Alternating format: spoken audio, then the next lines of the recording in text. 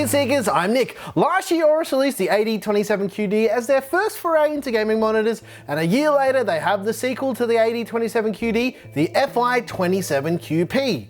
Why do all these names rhyme? At least they're easy to understand, right? Now, this is a monitor I've used quite extensively since November 2019, and yeah, I decided it was time to let you guys know what I think about this new panel from AORUS. Spoiler alert, I think I've changed my mind on 27-inch non-curved panels, so let's find out about this monitor, right? Yeah, that's what you're here for. Let's do it.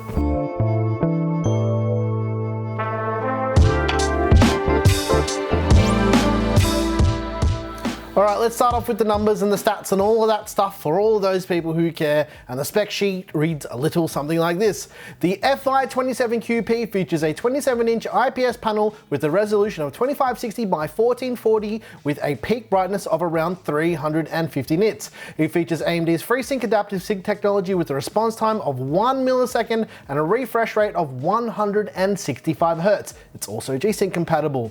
It supports 95% of the DCI-P3 color space. It's got two HDMI 2.0 ports, two USB ports for pass-through, a DisplayPort 1.4 port with high bitrate support, and a headphone and microphone socket. It also includes an HDMI cable, a USB cable for pass-through, and a DisplayPort cable, as well as a power cable with no power brick. Yes! I hate power bricks. And just like almost all other current gaming monitors, the FI27Q-P also has RGB.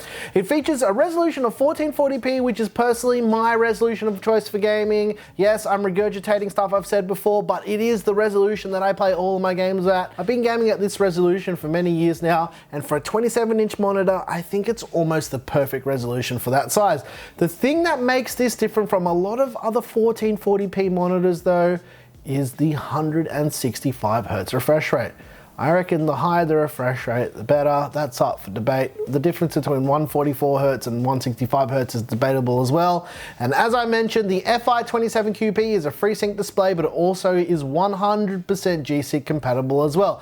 And I've played about 30 hours of the new Call of Duty with G-Sync enabled, and I haven't had a single issue with this display. The build quality of this monitor is like all the other AORUS displays that we've covered. It's super premium, and there's a lot of attention to detail, and everything about this monitor is top-notch and premium.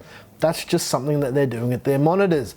The monitor stand is the same as almost all of the other AORUS monitors that we've covered. It's got the RGB accents on it that can be synchronized with either like your motherboard or any other Gigabyte product. So like they make mice, keyboards, headsets, graphics cards, RAM, basically everything you can synchronize them on with it. And it's got that handy little handle on the top, so if you want to pick it up and move it around, you can just pick it up and away you go. And it also has standard VESA mounting if you wanted to mount it on the wall or a monitor arm, or yeah, just basically any way you want. It's got a zero bezel design with a matte screen surface, and the stand is fully height, tilt, swivel, and rotation adjustable. You can basically adjust it in any way you like. And if you saw our AORUS KD25F and the AD27Q-D or the CB27Q videos that we did, you're probably thinking to yourself, this video is exactly the same. And again, you're not wrong. The feature set with the FI27Q-P is similar, with the main difference being that it's 165 Hz, and there's also something that gives it that P designation. It's a killer feature that they're calling HBR3. Now, the easiest way to explain this without going into any of the technical aspects of the technology and how it works is, basically the way this works, I'll try not to bore you to death, is they're combining the monitor running at 1440p with a 10-bit color depth with a true 1 millisecond response time at 165 Hz by increasing the bitrate with DisplayPort. And yeah, that's as easily and as basically as I can put it. And I'm sure when I'm done with this monitor and I send it off to Tim from Hardware Unboxed, he's gonna explain it for those who know more about it or wanna know more about it. So yeah, Tim, you got this. I believe in you. All right, everything other than that is basically the same, but slightly more refined, kind of like what they did with the CB27Q.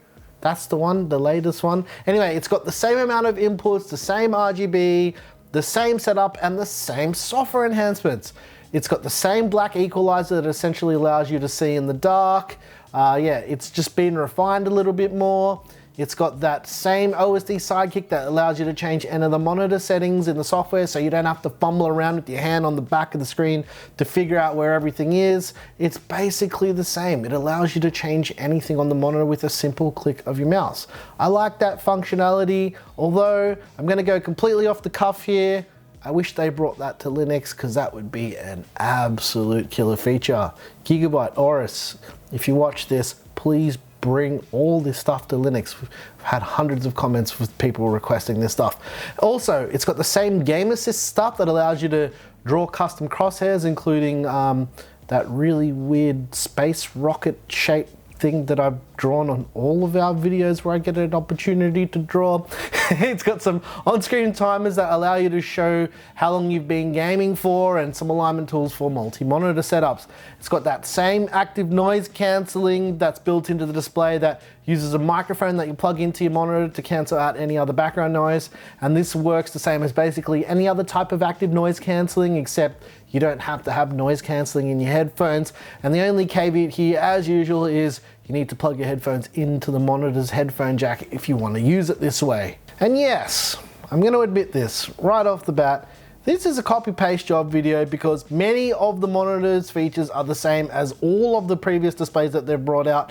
And to be honest, there's absolutely nothing wrong with that. And I'm not going to deny that this is a copy and paste, but what I'm saying is, the same is not always a bad thing. The same just means that it's consistent, and from all the experiences that I've had with these AORUS monitors, they've always been really consistent. And to be absolutely honest, I'm a big fan of this display, and I wouldn't have held on to it for this long if I didn't like it. Seriously, I don't want to let it go. I'm kind of in love with it, and this sounds really shilly, but it's the truth. It's just a really good monitor.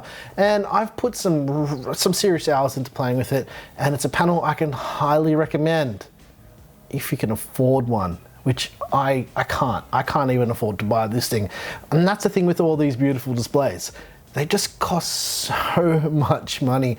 You quite literally have to pay to play, but if money isn't an issue, I would definitely recommend the FI27Q-P. The FI27Q-P is really designed for a serious gamer with a serious gaming PC. The increased refresh rate is nice, but you might not actually notice it going above 144 Hertz, but yeah, you are definitely paying for those extra few hertz on top of the 144 Hertz. The refined design language isn't for everyone, but personally, it makes no difference to me. That stuff isn't really that important when you're looking at the monitor, and if the monitor's a good display, then yeah, how it physically looks doesn't really make a difference.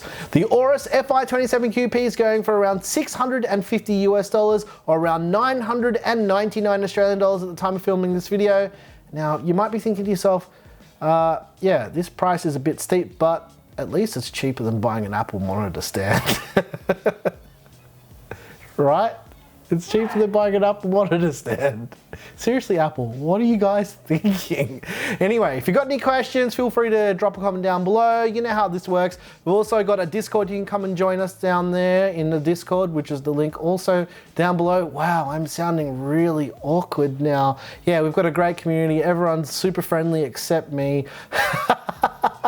Also, let us know what you think of 27-inch monitors. Let us know if you prefer curved ones or flat ones. I prefer curved, but yeah, I wasn't expecting to change how I felt about 27-inch monitors, because with this monitor, the curve meant nothing because it's just such a good display. Anyway, if you like this video, please like and subscribe, or consider hitting that join button, or yeah, consider joining us on FLOATPLANE. If you didn't like this video, you know what to do, and tell us what you hated about it. Once again, thank you so very much for watching. I'm your boy Nick with Gear Seekers. You peek, we seek. And honestly, like if you asked me a couple months ago what I thought about non-curved 27-inch panels, I actually did a whole video about this. I was like, nah, fam, that's not cool. And then this monitor just had to go and, what was that again?